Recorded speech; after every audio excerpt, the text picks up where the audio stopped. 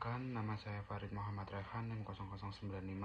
Saya di sini akan menjawab soal ulangan tengah semester hukum penanaman modal. Yang pertama yaitu jelaskan bagaimana peranan hukum terhadap penanaman modal. Yang pertama yaitu memberikan kepastian hukum. Hukum menyediakan kerangka yang jelas dan stabil bagi para investor sehingga mereka memiliki kepastian hukum. Yang kedua yaitu melindungi investor. Hukum juga berfungsi untuk melindungi hak-hak investor termasuk perlindungan terhadap aset, keamanan kontrak, dan penegakan hak kekayaan intelektual. Yang ketiga yaitu menciptakan iklim investasi yang kondusif. Regulasi dalam penanaman modal seringkali mencakup insentif seperti pajak dan kemudahan perizinan untuk menarik investor.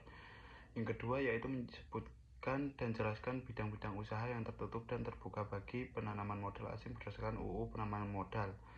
Yang pertama yaitu bidang usaha yang tertutup bagi penanaman modal asing. Bidang usaha tertutup adalah sektor atau industri yang sama sekali tidak boleh dimasuki oleh investor asing.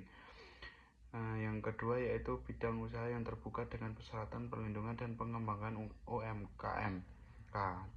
Yang ketiga yaitu bidang usaha yang terbuka dengan syarat kemitraan. Yang keempat bidang usaha yang terbuka berdasarkan kepemilikan modal bidang usaha.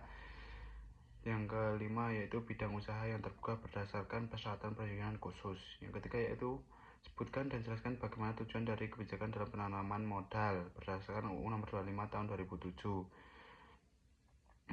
Terciptanya iklim usaha yang kondusif dan mempercepat peningkatan penanaman modal. Beberapa kebijakan dalam penanaman modal berdasarkan Nomor 25 Tahun 2007 menetapkan bidang usaha yang tertutup.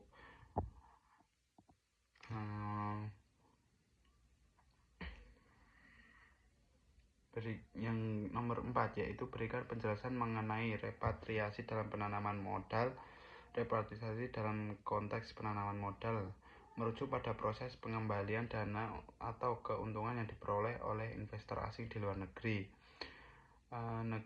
Ke negara asing ini umumnya dilakukan dalam bentuk pengembalian modal awal, dividen, bunga royalti atau keuntungan lainnya yang diperoleh dari investasi di negara lain. Yang kelima yaitu berikan penjelasan mengenai kawasan ekonomi khusus dan regulasi yang mengaturnya. Yaitu kawasan ekonomi khusus adalah kawasan yang batas tertentu yang ditetapkan untuk menyelenggarakan fungsi perekonomian dan memperoleh fasilitas tertentu. Regulasi yang mengatur KEK adalah Peraturan Pemerintah Nomor 40 Tahun 2021 tentang penyelenggaraan kawasan ekonomi khusus. Yang keenam yaitu berikan penjelasan mengenai nasionalisasi dalam penanaman modal. Nasionalisme dalam penanaman modal merujuk pada pandangan atau kebijakan yang menitik beratkan pada perlindungan dan kepentingan ekonomi nasional dalam proses investasi. Yang ketujuh yaitu jelaskan fasilitas fiskal yang didapatkan penanaman modal asing dalam berinvestasi. Yang pertama yaitu tax holiday. Pemerintah memberikan pembebasan pajak penghasilan atau PPh badan untuk periode tertentu pada sektor-sektor industri prioritas. Yang kedua yaitu tax allowance. Investor asing yang memenuhi persyaratan di sektor-sektor tertentu bisa mendapatkan pengurangan penghasilan kena pajak sebesar 30% dari jumlah penanaman modal yang dialokasikan selama 6 tahun masing-masing 5% per tahun. Yang delapan yaitu bagaimana pengaturan hak atas tanah bagi penanaman modal asing yang berinvestasi di Indonesia. Jelaskan pengaturan hak atas tanah bagi penanaman modal asing PMA di Indonesia, yaitu diatur dalam Undang-Undang Nomor 25 Tahun 2007 tentang penanaman modal serta peraturan pelaksanaannya, yaitu yang pertama pemerintah memberikan kemudahan perizinan dan pelayanan untuk memperoleh pelayanan untuk tanah bagi perusahaan penanaman modal. Yang kedua yaitu penanaman modal asing harus berbentuk perseroan terbatas berdasarkan hukum Indonesia dan berkedudukan di Indonesia. Yang terakhir yaitu pemerintah dapat menghentikan atau membatalkan pemberian dan perpanjangan hak atas tanah jika perusahaan penanaman modal melanggar ketentuan perundang-undangan.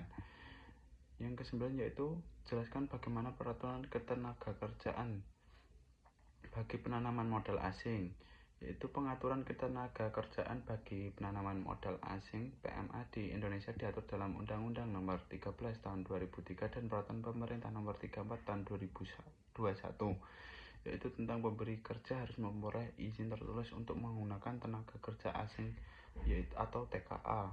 Yang kedua yaitu memberi kerja harus memiliki rencana penggunaan TKA yang memuat alasan jenis jabatan dan jangka waktu penggunaan. Yang nomor 10 yaitu jelaskan bentuk-bentuk badan usaha dalam PMA dan PMDN. Yang pertama yaitu bentuk badan usaha PMA meliputi perseroan terbatas PT, PMA. Bentuk yang paling umum untuk investasi di Indonesia, PT PMA adalah perusahaan yang didirikan oleh investor asing dan domestik dengan kepemilikan saham asing lebih dari 49%, tergantung sektor usaha.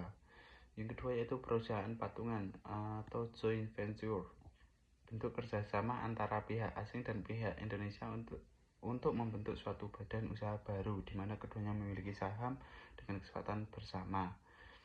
Yang terakhir yaitu cabang perusahaan asing, badan usaha yang dimiliki sepenuhnya oleh perusahaan asing dan beroperasi di Indonesia sebagai cabang atau unit usaha dari perusahaan induk di luar negeri. Bentuk badan usaha PMDN meliputi perseroan terbatas PT seperti pada PMA PT PMDN adalah badan usaha yang didirikan oleh investor negeri dan sepenuhnya dimiliki oleh pihak Indonesia. Sekian, terima kasih.